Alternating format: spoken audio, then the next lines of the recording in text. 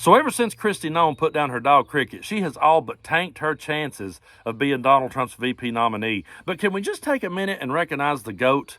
I would like to show some love for the GOAT. Don't get me wrong, I love dogs. I've got two myself, and I'm very sorry to hear about Cricket. But I also love goats. I've got 3 of them. They're 3 of the most humble creatures on the planet. I can't imagine why anyone would take out a goat. So Brando just wants to say much love to the GOAT. And I want you guys to take a look at this clip from CNN where they talk about ever since this book come out, Krist Noem's chances of being VP have absolutely plummeted. Take a look at the clip. Noem's chances of becoming the GOP VP nominee. You go back to April 25th, just before this book started hitting the wires. She was an 18% chance of becoming the GOP VP nominee. That's pretty high up, given how many different options there are. Look at where she's dropped. 5% on May 1, 3% today. 3%. That is a drop of 15 points. Her chances have been sliced. Look at this. But what is this, 5/6? I mean, my goodness gracious.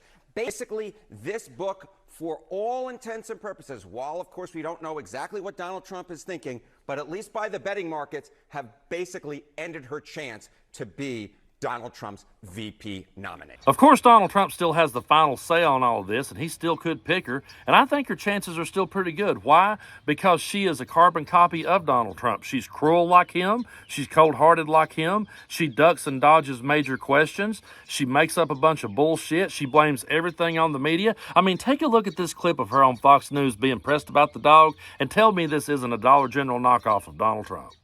Think that you are in line to be Trump's vice president? No, it's up to Donald Trump. He's the only person who will decide this. He's the only person who will decide. And I spoke. Yes, I do speak to him. May I ask what he said to you about being vice president? No, I never tell anybody my personal conversations. Did with the dog story President come up Trump. in a conversation with I talk to President Trump all the time. About the dog? About a lot of things. And right now, I tell you what, he is being persecuted in a political witch hunt in this court case. So I'm proud of him about how tough he is and how well he is doing. Did you bring up the dog? Yes, enough, Stuart. Did you this bring interview up the dog is ridiculous, what you were doing right now. So you so. need to stop. It is.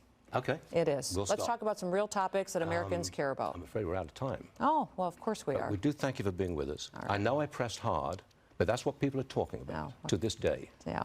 Governor Noem, thanks for joining us. We appreciate it. I'm just saying, based on how she carried herself in that clip, I think she's still got a shot. Because she's talking about Donald Trump and the witch hunt. She's smug. She's arrogant. She ducked and dodged the questions. I mean, I think she's still a contender just based on those things. But take a look at this next clip, because in her book, she claims to have met Kim Jong-un. Now, this story has went over a lot of people's heads, including Krist Noem's, who read her own audiobook out loud and did not notice that she said she met Kim Jong-un. Take a look at this.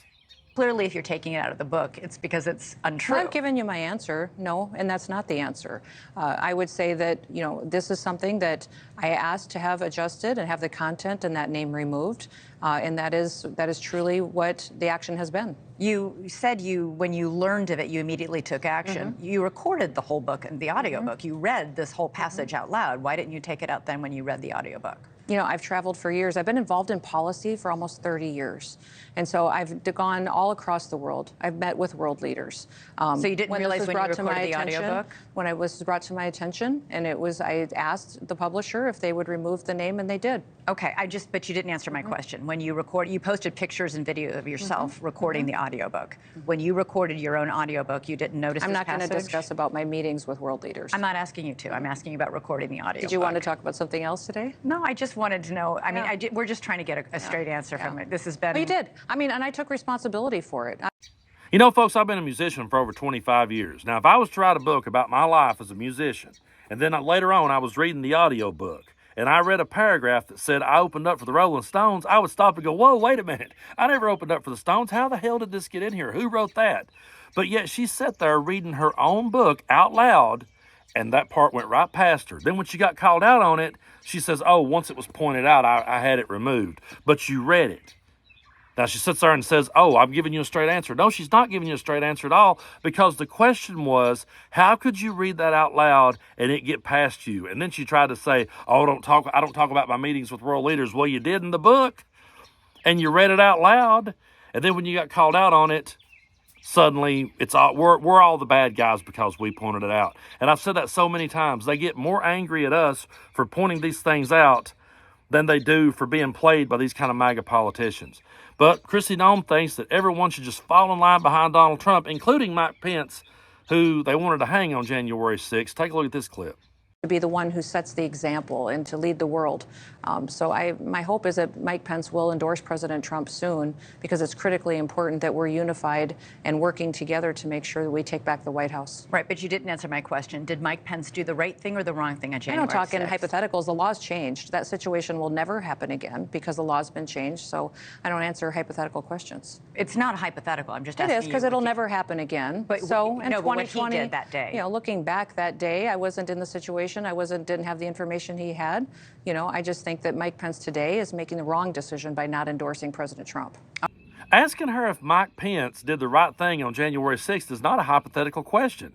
You either have an opinion about that one way or the other. You either think he did the right thing and you have your reasons why, or you think he didn't do the right thing and you have your reasons why. But that's not a hypothetical. A hypothetical would be, well, how would Mike Pence have fared during the Revolutionary War? Where would he have stood on things then? Or how will he stand on things 10 to 15 years from now? Those are hypotheticals. But she's ducking and dodging, and she's trying her best to do her very best imitation of Donald Trump, but she's failing miserably. And we've seen so many of these MAGA politicians try to adopt Donald Trump's act, and it works as long as you're riding around kissing the ring of Donald Trump. But when you step out on your own and try to go for it by yourself, they always fail.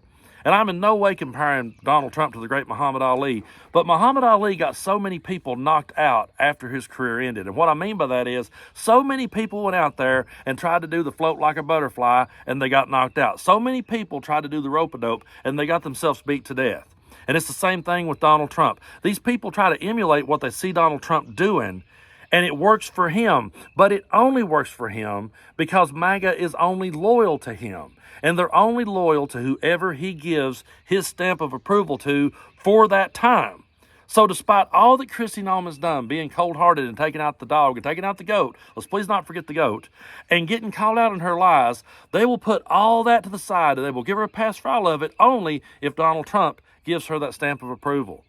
And if she was to become his VP nominee, and she stepped out of line later or said one bad word against him and he threw her under the bus, they would all turn on her in a heartbeat. We saw it happen time and time again. Because their loyalty is not to America, it is to Donald Trump. That's what they're all about. They don't care. It's whatever Donald Trump approves of and whatever Donald Trump says. And so many of these MAGA politicians have went out there, and there's going to be people for years that are going to go out there and they're going to try to emulate that style that they saw Donald Trump do, and they're going to end up getting knocked out. Why? Because at the end of the day, MAGA only cares about Donald Trump.